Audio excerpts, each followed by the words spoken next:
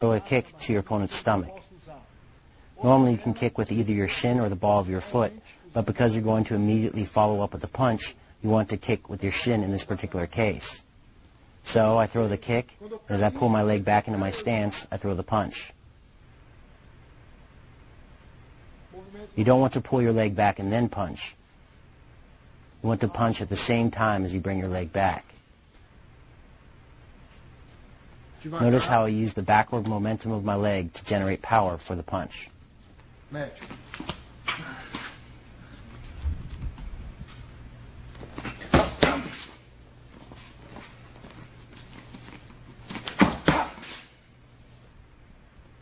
Again, it is very important to throw the punch as you're retracting your leg.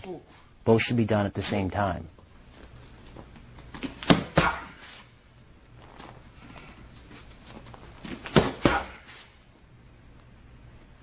Now I demonstrate how to throw a rear round kick to your opponent's midsection and then follow up with the spinning back fist. It is important to notice that my opponent and me are in opposite fighting stances, which makes this technique possible.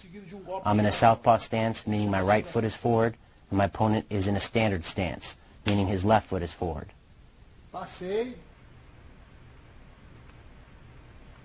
So you want to throw the kick diagonally, but instead of pulling your leg back into your stance, you circle it around your opponent's body, plant your foot to the outside of his lead leg, and then continue with the rotation and throw a back fist. Medium speed. Pass and turn. A little faster. Same movement. Exiting a little faster.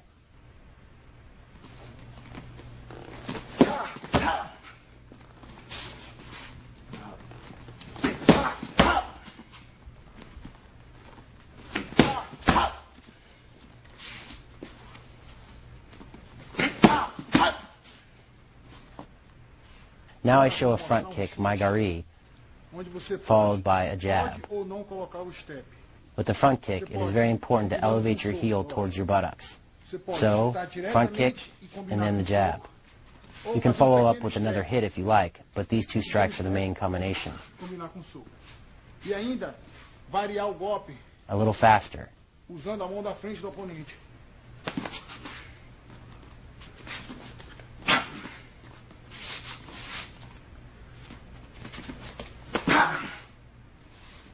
It is very important not to move your shoulders before throwing the front kick because it telegraphs your movement.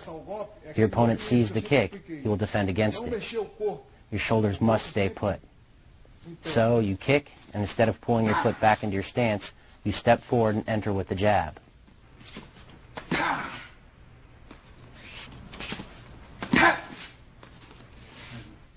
A little faster.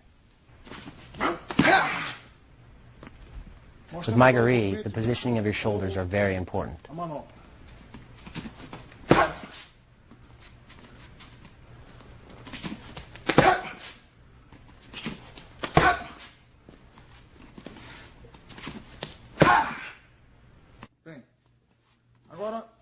Now I show a front kick, my gari, followed by a jab.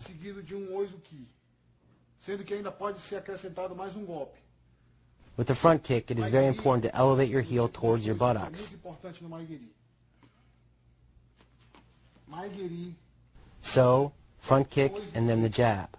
You can follow up with another hit if you like, but these two strikes are the main combination. A little faster.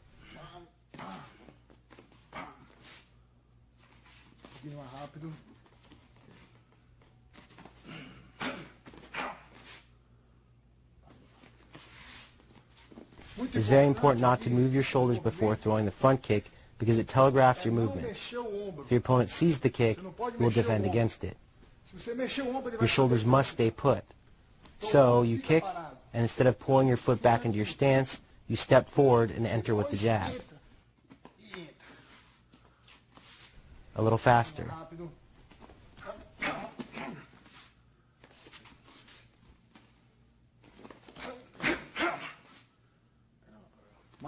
With my gari, the positioning of your shoulders is very important.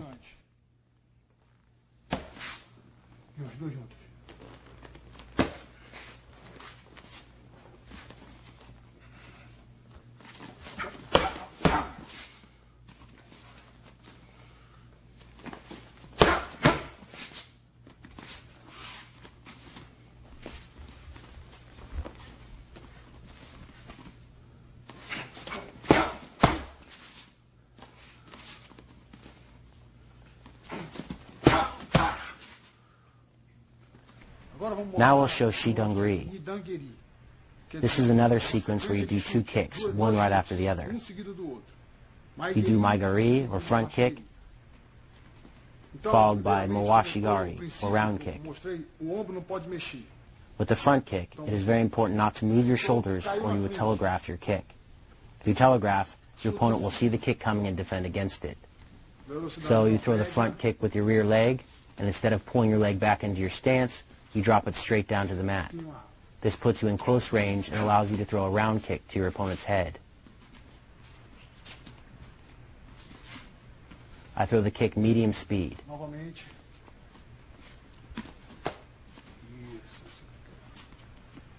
A little faster.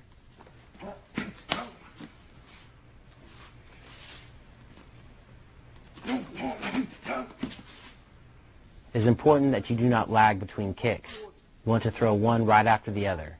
The less time you have between kicks, the better.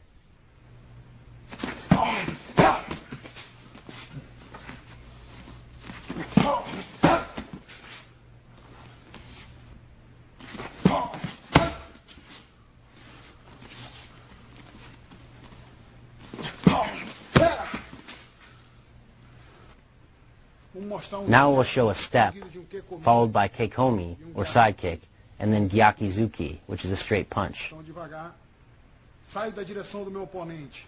The important part about this technique is that you remove yourself from your opponent's center line with the side step.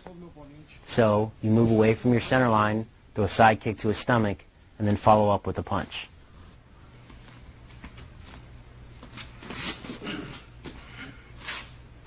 Un pouco mais rápido.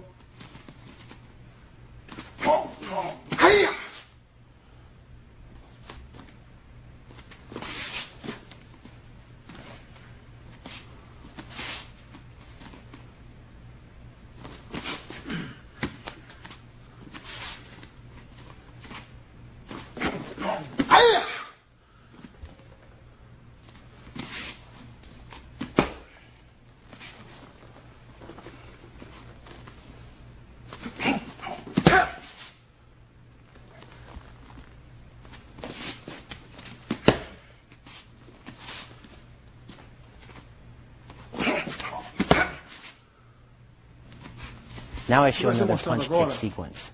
In this one, you do a jumping front kick and then throw a jab followed by an uppercut. Seguido de oizuki, gyakuzuki ou gancho.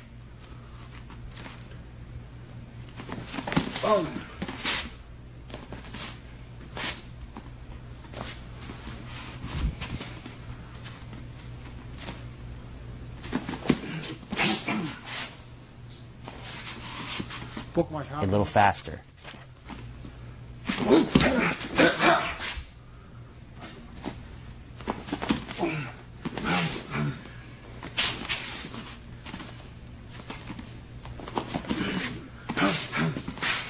Mais rápido.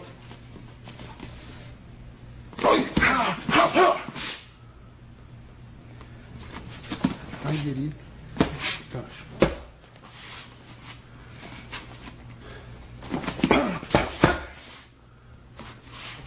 Uma vez só.